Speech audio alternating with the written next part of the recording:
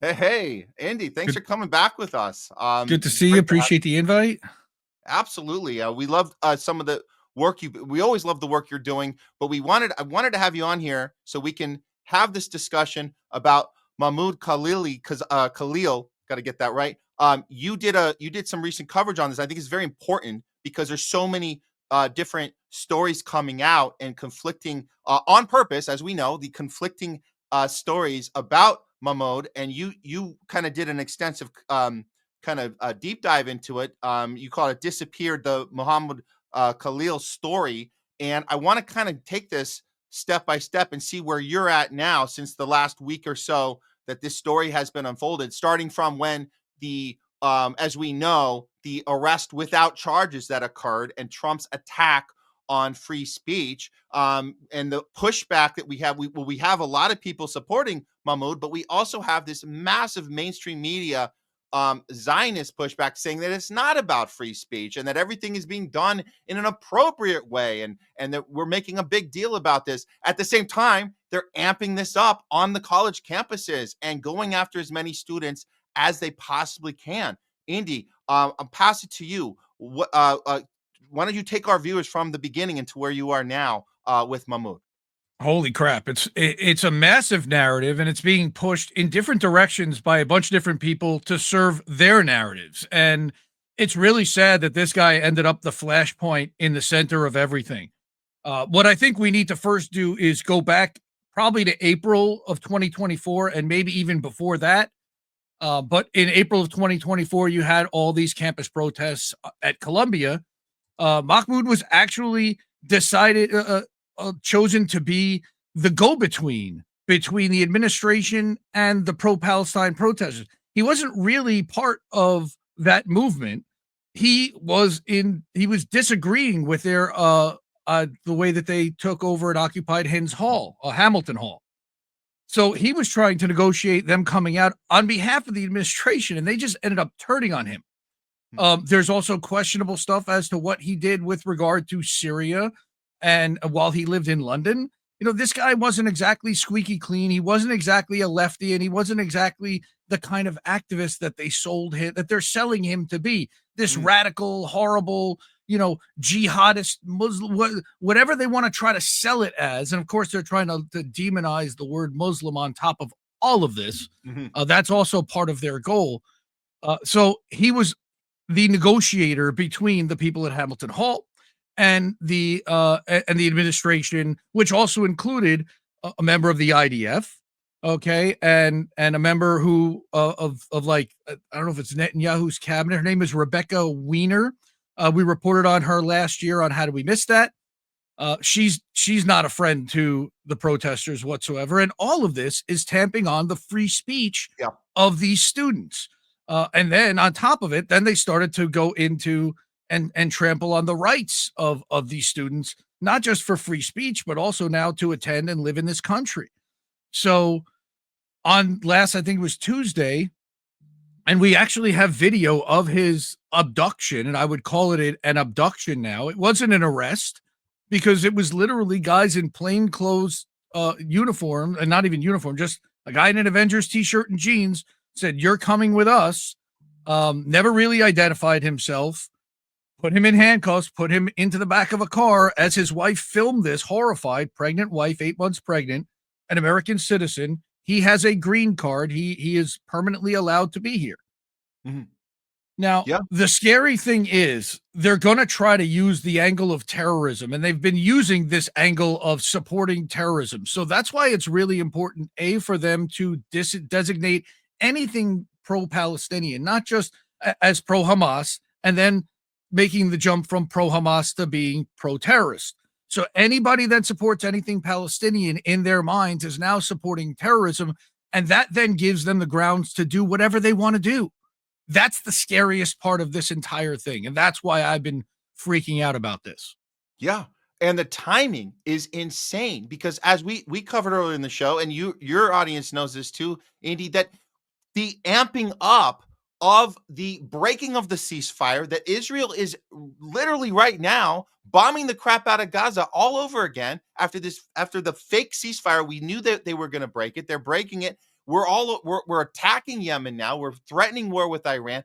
This is all because of anybody standing up for the rights of the Palestinian people. So now more than ever should be the time where we should be allowed to be put to push back. We should always be allowed to push back because that's our right in this country. Free speech is a right. And it's a right when we disagree with each other. That's when especially we need to be for it. But now more than ever, to say that we can't go out in our college campuses and have a sign and a loudspeaker and say this is wrong. We need to stop funding this genocide and breaking the ceasefire. This would be the time to do that. But again, like you said, it's the opposite. It's no, anybody that opens their mouth is a danger because they are promoting terrorism, when clearly it's the terrorism that we are funding. So that's the bizarro world we're living in. I'm going to play a clip. I got Marco Rubio doing his spin. He's getting a little pushback on this, but not much at all. This is the thing. Like you'll get a good question, but no backup question. And he gets to kind of run his mouth and maneuver around this. And then you got all the like half the country saying, yeah, that sounds about right. Yeah. Oh, yeah, we got to take care of this guy because, he broke his visa or something. Let me play a little bit of this. And I want your thoughts on this one. Sure. You about a decision you made to revoke a student visa for someone at Columbia University this past week. The Wall Street Journal editorial board writes, the administration needs to be careful. It's targeting real promoters of terrorism, not breaking the great promise of a green card by deporting anyone with controversial political views. Can you substantiate any form of material support for terrorism, specifically to Hamas, from this Columbia student? Or was it simply that he was espousing a controversial political point of view? Well, not just the student. We're going to do more. In fact, we every day now we're approving visa revocations. And if that visa led to a green card, the green card process as well. And here's why. It's very simple. When you apply to enter the United States and you get a visa, you are a guest. And you're coming as a student, you're coming as a tourist, or what have you. And in it, you have to make certain assertions. And if you tell us when you apply for a visa, I'm coming to the U.S. to participate in pro-Hamas events, that runs counter to the foreign policy interest of the United States of America. It's that simple. So you lied. You came. If you had told us that you were going to do that, we never would have given you the visa. So he lied. So he lied about I'm coming to America and I'm going to participate in the rights that all Americans get, and I have a legitimate visa. One of those rights is free speech. So yes, I'm going to participate in that if I feel like it. Yes, so the fact that he's acting as if that's not part of the agreement of being an American citizen, and then if you have a green card, you should get the rights of an American citizen, which he has the legitimate card. No one's challenging whether he had the green card. Again, this is your point, Indy. He's saying that, in the case of promoting something we don't like, that we call terrorism, now you're breaking the law. Where is the pushback to this? Because she doesn't really follow up on this. I'll take this off the screen here. I want to hear your thoughts on this. But you can see, you guys watching at home, see that this is the maneuvering they're doing, and people are falling for this crap, acting as if Rubio is following the procedure, the correct procedure of keeping our campuses safe and our country safe. Indy, your thoughts on Rubio here?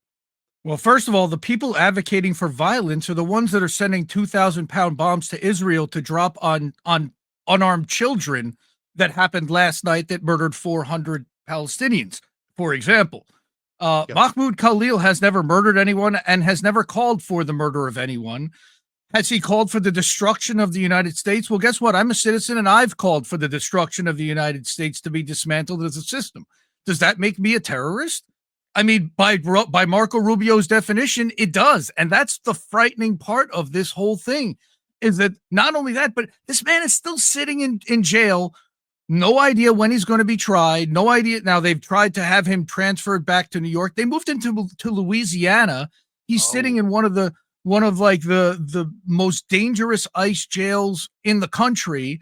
I think they're hoping that something physically happens to him so they don't have to future deal with this, honestly, which is one of the only reasons to send him to Louisiana. And originally they moved him to New Jersey from New York City. And then when his family and attorney went to speak to him, he was gone. And according to this, his attorney still had not been allowed to speak to him.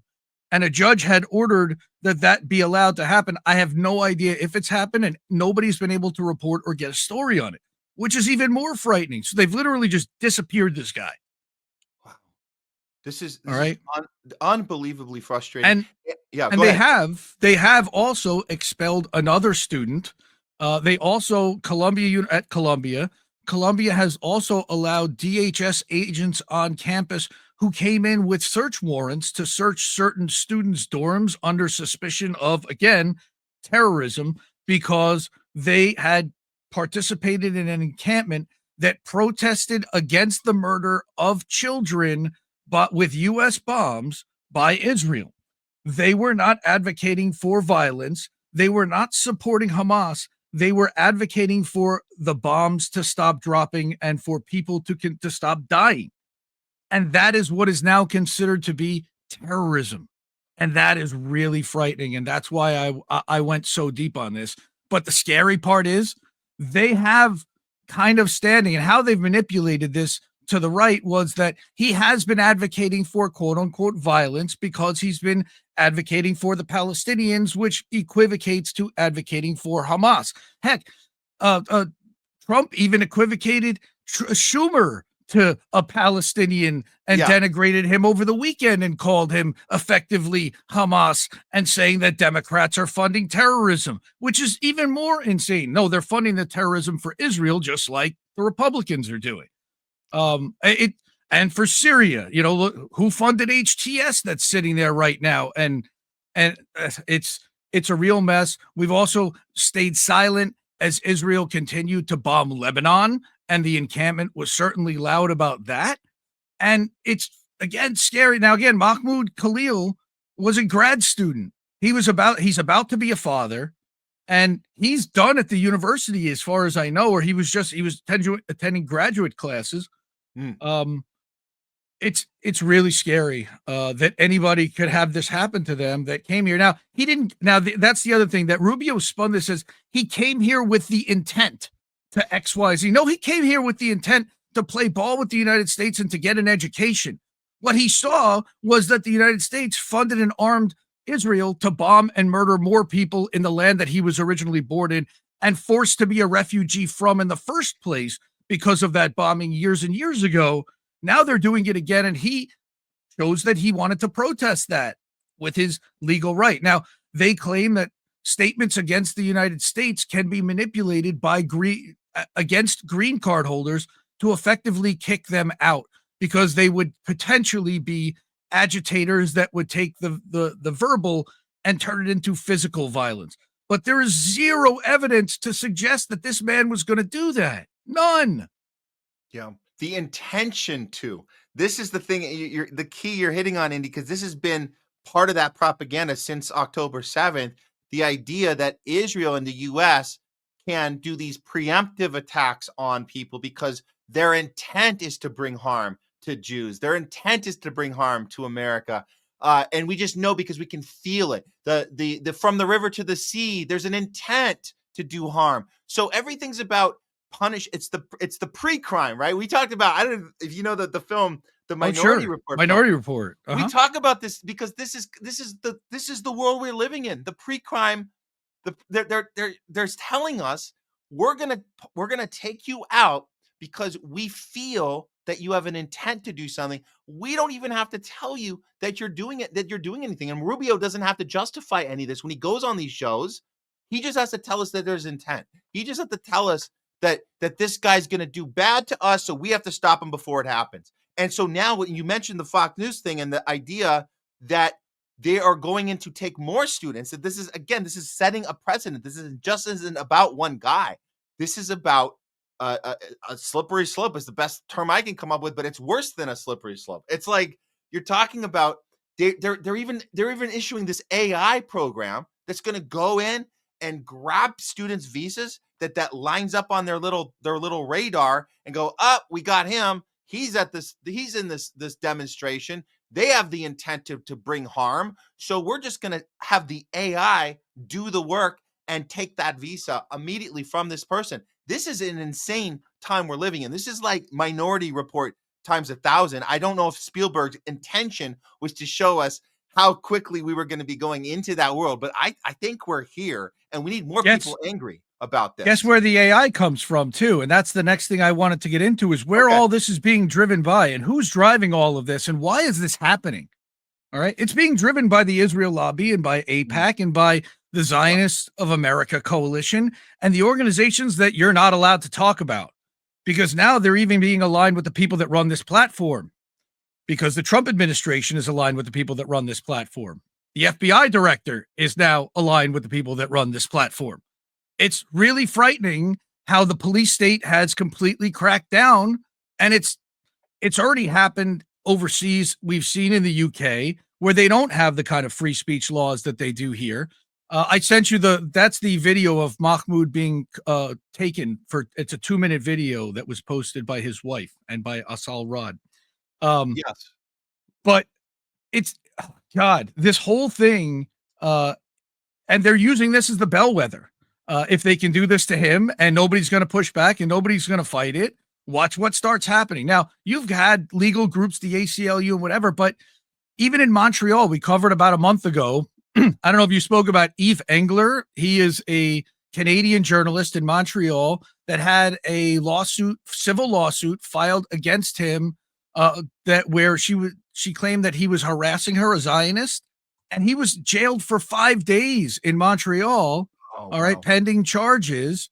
And then he went in front of a judge and they didn't want him to be able to speak even about the case publicly if they released him on bail because there was some kind of a harassment for tweets. That's where they're setting all of this up. They're going to kick people out of this country for fucking tweets, man. Man, this is when the principle of free speech needs to be in everybody's their mind right now and in their mouth. They should be protesting this. This affects everyone. So I don't even care if you're out there and you have a problem with the protesters and their demonstrations and you don't agree with it. That's fine, but you should recognize that this is a free speech issue that's going to come for all of us at some point or another. You're going to be next. We fought for the January 6th protesters. We said that was wrong. They had a right to protest an election. They were not domestic terrorists. You can't just pick up American people and throw them in jail without due process. We were on the right side of that. Where are those people now? Are they on the right side with this? Are they seeing the same thing here? Are they seeing people being targeted and held, like you said, without, you're not even able to see a judge? What the hell is going on? They're just going to snatch you up. We were on the right side with that. Where are the MAGAs that saw that we got in the street for them? Where are they right now? Are they in Well, they're calling him terrorists. I mean, the bottom line is they've been whipped into a fervor by Trump, the leader of the MAGA base, to say that this is a bad guy and that he shouldn't be here. So we're going to throw him out. And the narrative has now been set. All right. And they're going to listen to their guy over any of us. So, yeah. I mean, and Rubio's in line and a lot of the Democrats are in line too. Look, this is about the Israel lobby. This is about AIPAC. This is about a lot of the stuff that my friend Gen X Girl 1994 over on Twitter has been sharing about for the better part of a year. She's using part of the documents in the AIPAC tracker, but then going way beyond that to look into the Zionist organizations. One of them is aligned with an organization called Kahani Kai, which until recently was deemed a terrorist organization in the United States. And the Trump administration lifted that designation so that one of their leaders could come over here and not be arrested immediately when they hit American soil. It's absolutely crazy.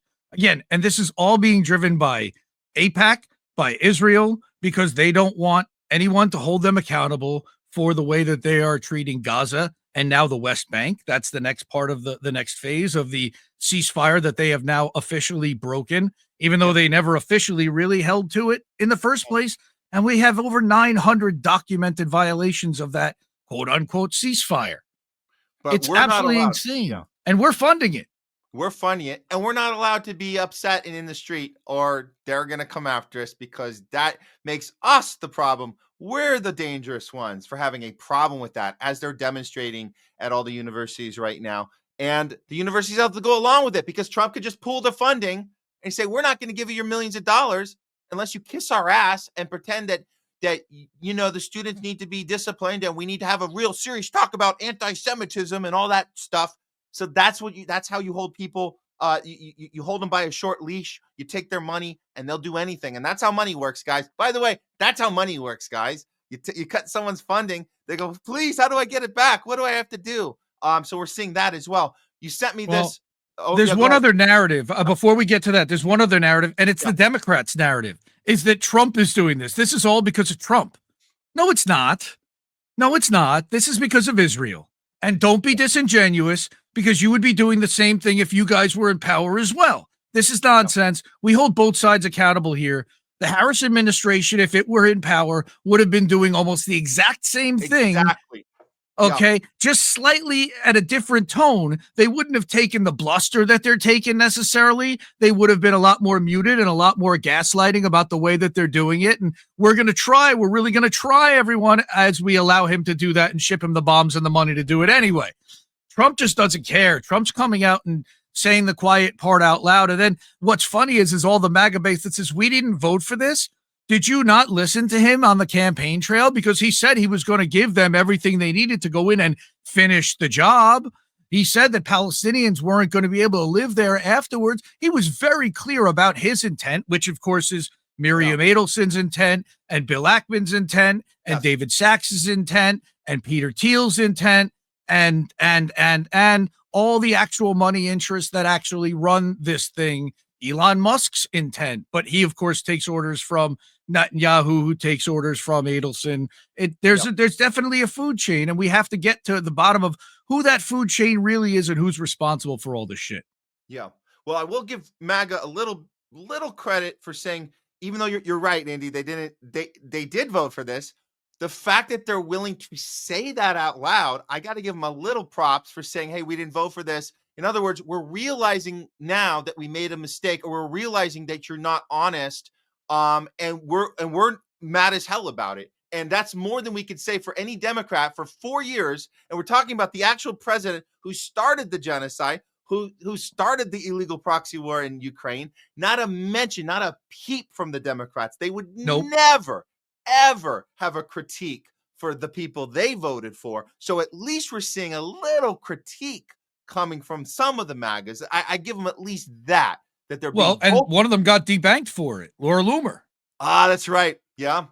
Hey. So, how much is that really? Again, I don't think, look, this is not about anything other than if you go after Israel, you will be attacked and you will be quote unquote punished. And made an example of, all bets are off. Okay. It doesn't matter if you are a Jewish person in the United States, if you are a Christian Syrian born journalist in the United Kingdom, if you are a journalist in Canada, in Montreal, like it doesn't, they're going to use every legal maneuver in order to try to do that. And that's how I've seen. Now you saw this Stop Anti-Semitism Hate Act that they tried to pass at the end of last year, that quote unquote Elon Musk heroically stepped in and stopped.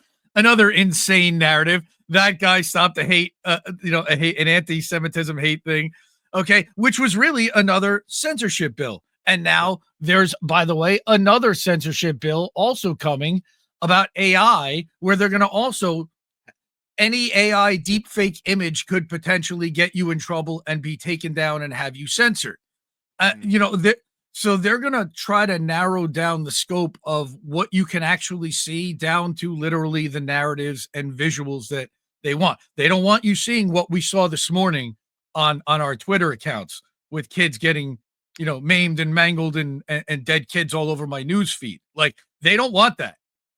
No, they don't want that. But we're going to keep sharing it. We're going to keep showing it and exposing it. We showed it earlier. We showed that footage earlier, and Max Blumenthal had tweeted out, these are the babies that are being killed right now, like right now in Gaza. That's our taxpayer money. We're doing that. And we're allowed to be angry about it. We're allowed to get in the street about it. Andy, I'm going to throw this. You showed me this, the arrest. Yeah, let's watch the video. Let's watch the video. And I want you guys, when you see this, understand that there's people that will throw this video up and pretend that it's business as usual and there's nothing to be upset about, and it looks like a totally normal occurrence. But you guys watch it and you tell us what you think is happening here, because this is exactly how they got him, and it was filmed the whole way. So check this out. Imagine they came for you like this. Yeah, yeah. Does this look like business as usual, the way our police state should exist? Yeah, exactly. Imagine if it's you happening. This is happening to, or a friend or a loved one. Check it out. Going to be under arrest. So turn around. Okay, Stop let's resisting. not. Stop resisting. Okay, he's not resisting. He's giving me his phone. Okay, he's not. I understand. He's not resisting. Put your arm down. Like, There's no use for this. Don't worry about it. You're going to have to come with us. Don't worry. I'm coming with you. Don't worry. No one's resisting. No one's getting worked up. you guys really don't need to be doing all of that. It's fine. It's fine. حبيبي كيف بدي اتصل فيك؟ Take Amy. Call Amy. She'll be Okay. Hi, Amy. Yeah, they just like handcuffed him and took him. I don't know what to do.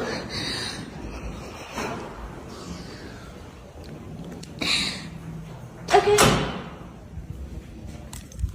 And what should I do? I don't know.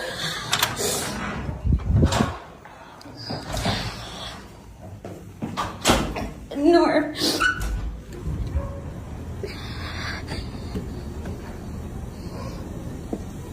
Let me ask. Can we get a name, please? Of can we get your name? I understand the lawyer is asking for your name. Go over there. No, we don't give our names. The lawyer's asking for your name. He's saying they don't give their names. Oh, yeah, that's right. They'll be taken to immigration custody at 26 Federal Plaza. I'm sorry, can you repeat that? They'll be taken to immigration custody at 26 Federal Plaza. She said they're taking him to 26 Federal Plaza.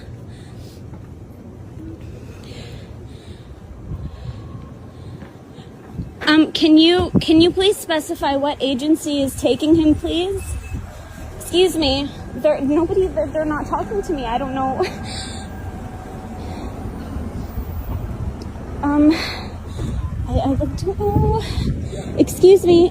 The lawyer would like to speak to somebody. Oh my God, they're literally like running away from me. Total gangsters, total thugs. This is the system we live in. If anybody is justifying that, and I've seen people justify that on Twitter, pretending that oh, that's totally business as usual. You should be ashamed of yourself if you think that's the country we are meant to live in. One that behaves like that, with faceless thugs who won't identify themselves. But where's an arrest warrant? Yeah. Where's an arrest warrant? Exactly. It doesn't exist. They just handcuffed him, said, "We've got you." By the way, the first thing he said to him was, "We got you." All right. This was a persecution. They specifically targeted him. They went and they got him. All right. And when they said something to his way, they were like, "Don't worry about it," or something like that. Like, don't worry about it. This is supposed to be the provider for my family. Are you kidding me? Yeah. Like it's just so damn outrageous. And most people had not heard about this at all, or had heard about it in a spun way. Again, not a state, but certainly had not done anything outside the confines of the law whatsoever. All right. And had not been served with any kind of a warrant, and has not really been and has not been allowed to talk to his lawyer for days. I mean, that's legal. That's supposed to happen in this country. Not the country I was raised in, but no. I guess we're all learning that none of us were raised in the country we all thought we were. Yeah. And this narrative, again, this mainstream media narrative that's been going ever since October 7th. Well, before that as well, but now they really had to amp it up, because that's when October 7th was the marker when people started paying attention to our policy with Israel and our policy with funding an illegal occupation, which we've been doing the whole time.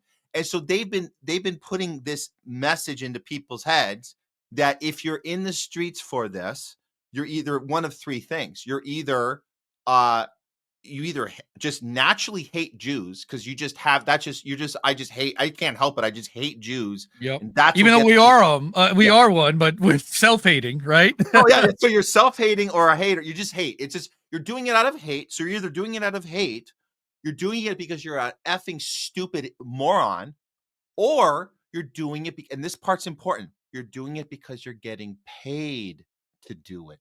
And Trump campaigned on that one.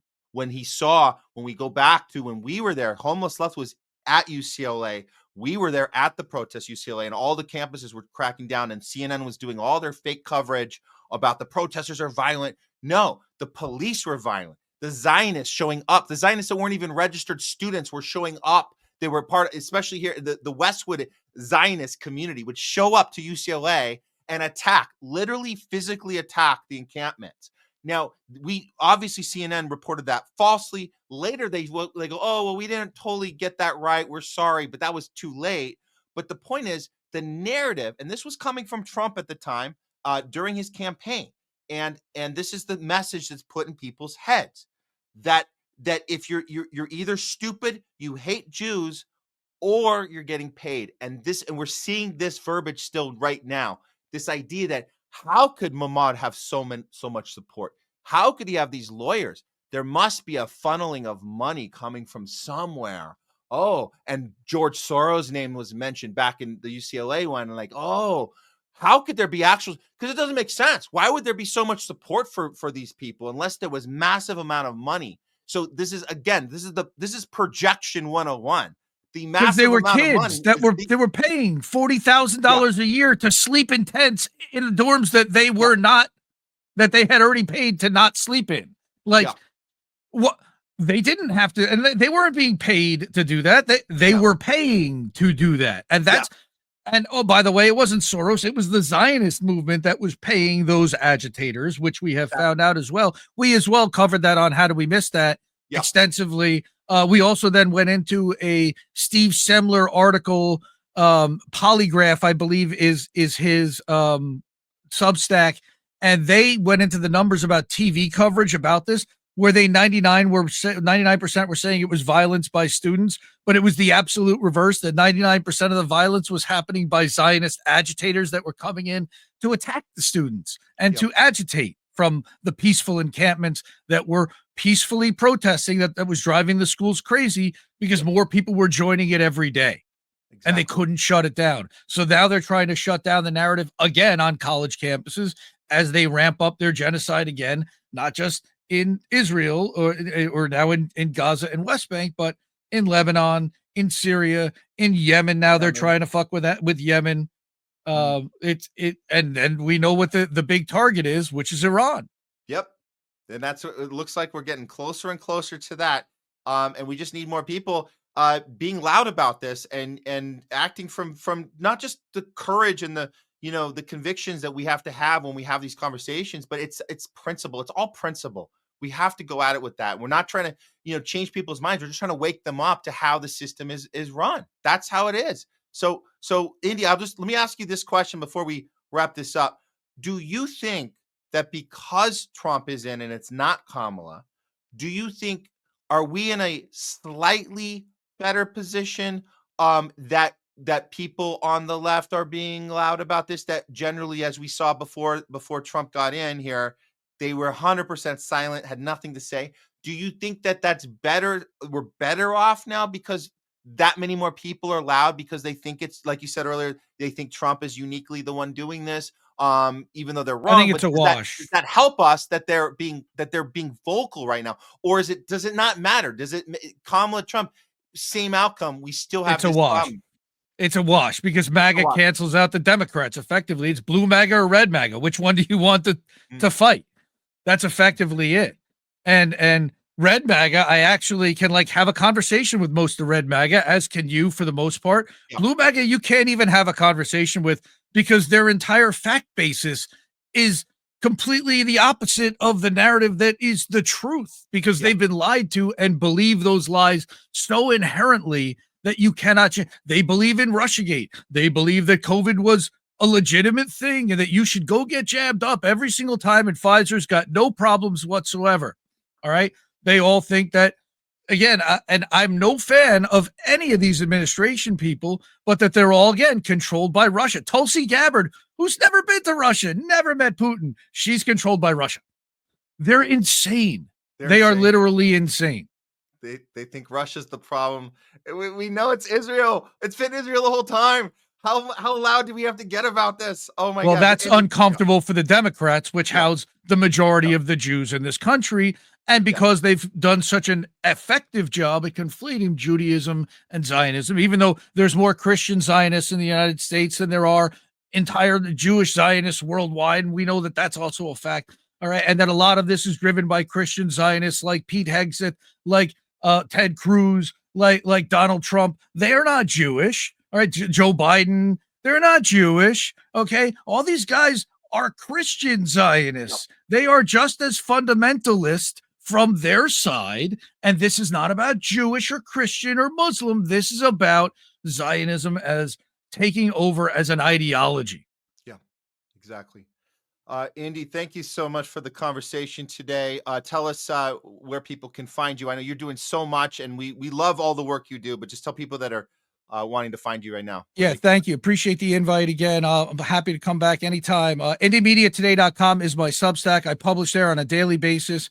You can also go to INNnewsletter.com. That's a daily update of everything that's going on at INN. I publish that for everyone that's part of the network, and all the live streams and articles and clips and everything that gets published on a daily basis. I also just announced and published a brand new website, and I wanted to introduce it here. It's called IndieNewsNow.com. Okay, it's an aggregator website that has links to all of your favorite websites that pulls in live articles 24/7. And then there's even a tab to watch INN live whenever we're live. So we don't have to worry about getting shut down by Rumble or anybody else. We're now streaming independent of any third-party platform. We're doing it ourselves. That's awesome. Great model. You're ahead of the game, because we're going to have to play catch up when we go one morning. We're going to wake up and Rumble's going to be like, pulled the plug, and we're going to be like, oh no. And you already figured this out. So I like that. I like that model. Very cool. Well, it happened to us on Rockfin. Rockfin has gone away as a model, and I've been writing about that for 6 months. You can read all the articles at IndieMediaToday.com. By the way, I want to say, Wish It Go in the chat. Thank you so much. Yeah. You're wearing his INN beanie. I'm wearing my Indie beanie right now. So shout out to that, man. Love you for that. Yeah, Thank you. I'm putting that up here. Wish It Go. Hey, Indy, wearing the beanie tomorrow at the emergency protest. Very cool. Shut Elbit down. Fuck Israel. Thank you. Wish You Go. Very cool. IndieNews.shop. You can get your beanie at IndieNews.shop. So we've got merch there. You go to IndieNews.network. You can get all the INN links for all the channels, everything else. Indie Media Today, you can find basically everything through there as well. Beautiful. But yeah, appreciate the invite. You guys are doing great work on the homeless left, and we'll see you soon. Awesome. Thanks, Andy. See you next time.